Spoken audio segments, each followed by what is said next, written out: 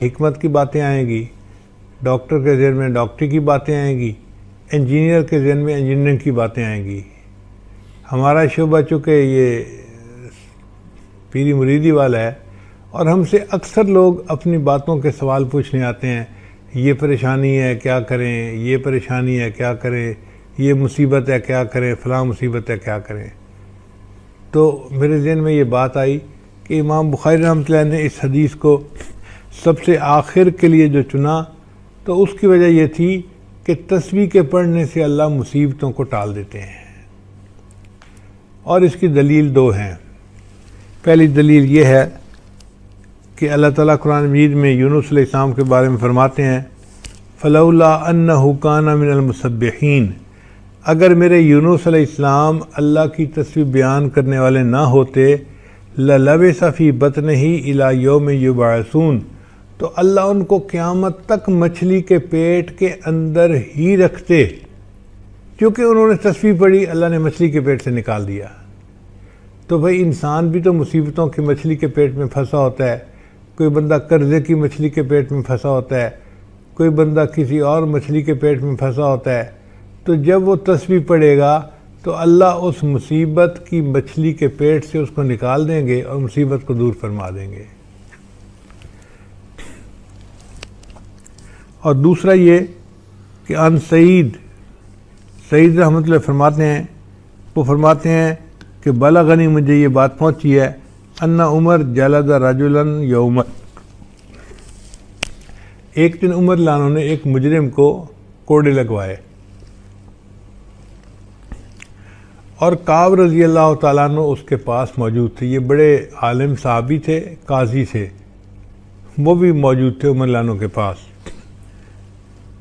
چنانچہ فقال الرجل حین وقع علیہ الصوت، جب اس بندے کے کوڑا پڑا نا تو کوڑا پڑنے پر اس نے اوئی نہیں کی، بلکہ اس نے کہا سبحان اللہ۔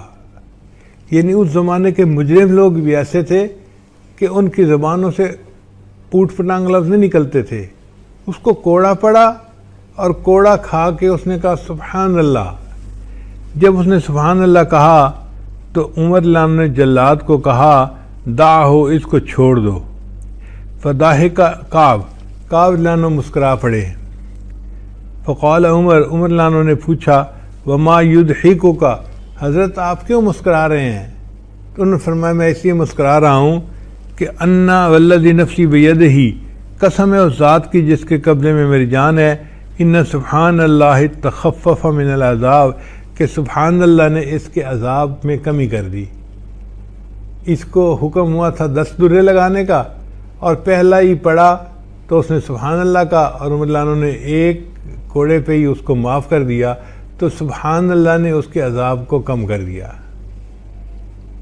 اس لیے امام بخاری رحمۃ اللہ نے آخری حدیث یہ اس لیے بیان فرمائی کہ طلباء طالبات پڑھ کے مکمل کر کے تعلیم اپنے گھروں کو جائیں گے، ان کی شادیاں ہوں گی، پھر ان کو پریشانیاں ہوں گی، جو مرد ہیں وہ کام کاروبار کریں گے، نوکریاں کریں گے، جاب کریں گے، مصیبتوں میں پھنسیں گے۔ جب یہ مصیبتوں میں پھنسیں گے تو پھر یہ کہیں گے کہ ہمیں اب مصیبت سے نکلنے کا کوئی عمل بتانا چاہیے، تو میں ان کو عمل بتا دیتا ہوں کہ یہ سبحان اللہ کا ذکر کثرت کے ساتھ کریں گے، اللہ ان کی مصیبت کو دور کر دیں گے، ان کو پریشانیوں کی مچھلیوں کے پیٹ سے نکال دیں گے۔ دعا ہے کہ جتنے حاضرین مرد ہیں یا خواتین ہیں، اللہ سب کو پریشانیوں سے محفوظ فرمائے اور اپنے مقبول بندوں اور بندیوں میں شامل فرمائے۔ وآخر دعوانا